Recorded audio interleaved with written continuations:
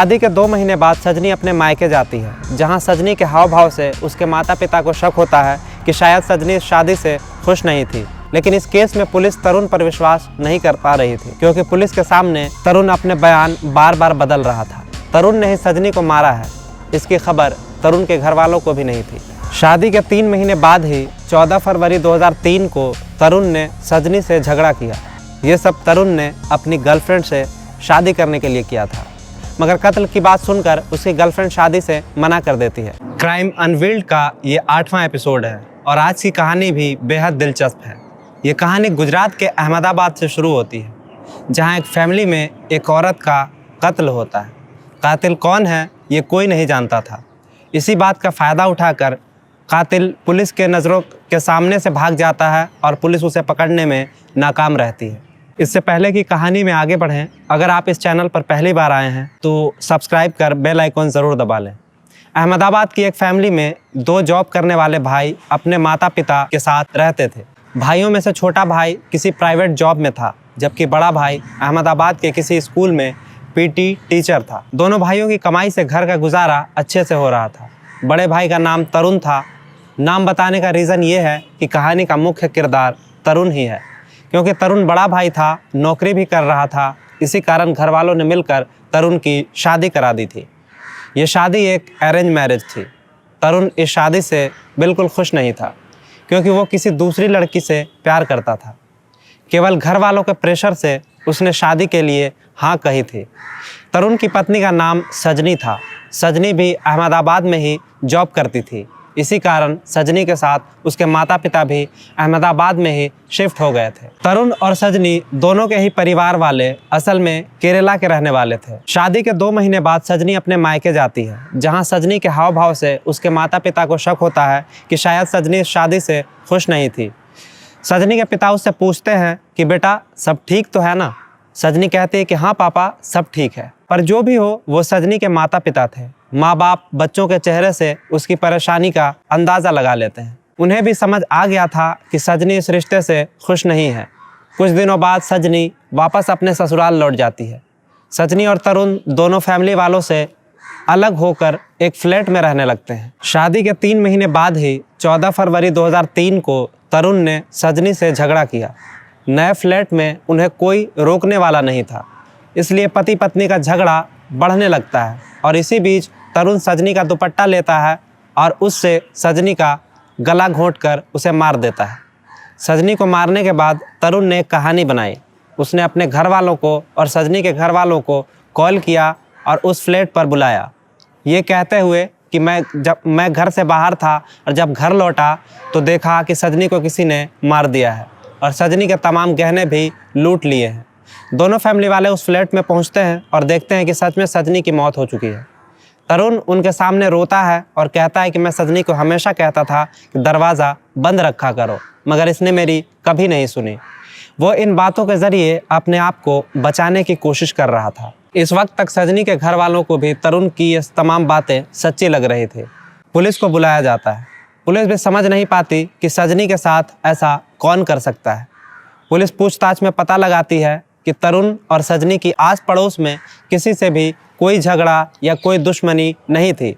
लेकिन इस केस में पुलिस तरुण पर विश्वास नहीं कर पा रही थी, क्योंकि पुलिस के सामने तरुण अपने बयान बार बार बदल रहा था। शुरुआत में उसने अंदाज़ा लगाते हुए ये कहा था कि किसी बाहर वाले ने आकर सजनी को मार दिया और गहने लूट लिए। फिर पुलिस पूछती है कि क्या किसी से तुम्हारी दुश्मनी थी? तब तरुण कहता है कि शायद सजनी ने सुसाइड कर ली होगी। पुलिस कहती है कि सजनी ऐसा क्यों करेगी, वो सुसाइड क्यों करेगी? तब तरुण कहता है कि मुझे नहीं पता क्या हुआ होगा, आप लोग खुद क्यों नहीं ढूंढते, मुझसे क्यों पूछ रहे हैं? इन तमाम चीज़ों के बाद भी तरुण लगातार रोता जा रहा था और घर वालों के चुप कराने के बावजूद भी वो शांत नहीं हो रहा था। पुलिस को भी लगता है कि इसे अभी आराम करने देना चाहिए। ये पुलिस की बहुत बड़ी भूल थी। तरुण की हालत को देखकर उसे हॉस्पिटल में एडमिट कराया जाता है, मगर अगले ही दिन तरुण हॉस्पिटल से भाग जाता है। तरुण ने ही अपनी पत्नी को मारा है, इसकी खबर उसके घर वालों को भी नहीं थी। लेकिन जब तरुण हॉस्पिटल से भागता है तो सबका शक, जो थोड़ा बहुत शक था, वो यकीन में बदल जाता है। पुलिस की भी हालत ख़राब होने लग जाती है कि इस केस में केवल तरुण ही था जो गवाह और सबूत के रूप में उनके पास मौजूद था। पुलिस तरुण को ढूंढती है, पर पुलिस उसे पकड़ने में नाकाम रहती है। ये सब तरुण ने अपनी गर्लफ्रेंड से शादी करने के लिए किया था। हॉस्पिटल से भागने के बाद तरुण अपनी गर्लफ्रेंड को कॉल करता है और उसे सब कुछ बताता है। तरुण अपनी गर्लफ्रेंड से कहता है कि चलो हम दोनों भागकर शादी कर लेते हैं, मगर कत्ल की बात सुनकर उसकी गर्लफ्रेंड शादी से मना कर देती है। यहाँ तक कि वो कहती है कि मैं तुम्हारे जैसे कातिल से कभी शादी नहीं कर सकती। पुलिस तरुण को ढूंढते रह जाती है, मगर वो पुलिस की पहुंच से अब तक बहुत आगे निकल चुका था। पुलिस को सजनी की पोस्टमार्टम रिपोर्ट मिलती है, जिसमें लिखा था कि सजनी की मौत उसका गला घोंटने से हुई है। पुलिस को जांच में और कई चीज़ें सामने आती है, जैसे कि तरुण किसी लड़की के साथ रिलेशनशिप में था, जिस कारण वो सजनी को मारता पीटता था। ये बात भी पुलिस को पता चलती है। पुलिस तरुण के गर्लफ्रेंड के घर पहुंचती है। वहां पता चलता है कि हॉस्पिटल से भागने के बाद तरुण का कॉल आया था, मगर उसकी गर्लफ्रेंड ने शादी से मना कर दिया था। क्योंकि तरुण की गर्लफ्रेंड का इस कत्ल से कोई लेना देना नहीं था, इसलिए पुलिस तरुण की गर्लफ्रेंड को क्लीन चिट दे देती है। पुलिस लगातार कई महीनों तक तरुण की तलाश करती रही। पुलिस तरुण के घर वालों के तमाम फ़ोन नंबर का देखरेख करती रही, मगर पुलिस तरुण को नहीं पकड़ सकी। ऐसा करते करते साल 2003 से 2009 आ जाता है। इस बीच तरुण के पिता की मौत भी हो जाती है। इतने सालों में तरुण का कुछ भी सुराग ना मिलने के कारण धीरे धीरे ये केस शांत हो जाता है। मगर फिर साल 2016 में अहमदाबाद पुलिस स्टेशन में एक नए ऑफिसर आते हैं, जिसके बाद पुराने केसेस के फाइल्स को एक बार फिर से खोला जाता है, जिसमें ये केस भी निकल कर सामने आता है। इस केस का अपडेट जानने के मकसद से अहमदाबाद पुलिस तरुण की गर्लफ्रेंड को कॉल करती है और उससे पूछती है कि क्या तरुण की कोई खबर है। वो कहती है कि मेरे कुछ दोस्तों ने कुछ दिनों पहले ही तरुण को या उसके जैसे दिखने वाले एक आदमी को दिल्ली के एक मॉल में देखा है। पुलिस उस मॉल का नाम पूछकर एक बार फिर से जांच पड़ताल शुरू करती है, मगर इस बार भी पुलिस नाकाम रहती है। पुलिस तरुण की मां के फ़ोन नंबर को भी समय समय पर जांचते रहती है कि कहीं इनकी तरुण से बातचीत तो नहीं होती, लेकिन तरुण की मां के फ़ोन में ऐसा कोई नंबर नहीं था जो तरुण नाम से सेव हो। लेकिन तरुण की मां की बात प्रवीण भटेले नाम के एक शख्स से लगातार होती थी। 2 साल बाद 2018 में एक दिन पुलिस ट्रैक करती है कि तरुण की मां के फ़ोन में एक लैंडलाइन कॉल आया है। पुलिस जब इस लैंडलाइन नंबर को चेक करती है तो पता चलता है कि ये कॉल बेंगलोर की किसी कंपनी से आया था। इससे पहले इस नंबर से कभी कोई कॉल नहीं आई थी। पुलिस सोचती है कि आखिर तरुण की मां का बेंगलोर के उस कंपनी से क्या लेना देना है। पुलिस को शक होता है कि कहीं इस कंपनी में तरुण काम तो नहीं करता। पुलिस का शक सही था। पुलिस जांच को आगे बढ़ाते हुए बेंगलोर की उस कंपनी को कॉल करती है और उससे उसके सारे वर्कर्स और स्टाफ्स की लिस्ट मांगती है। पुलिस को लिस्ट मिल जाती है, लेकिन उस लिस्ट में तरुण नाम का कोई वर्कर नहीं था।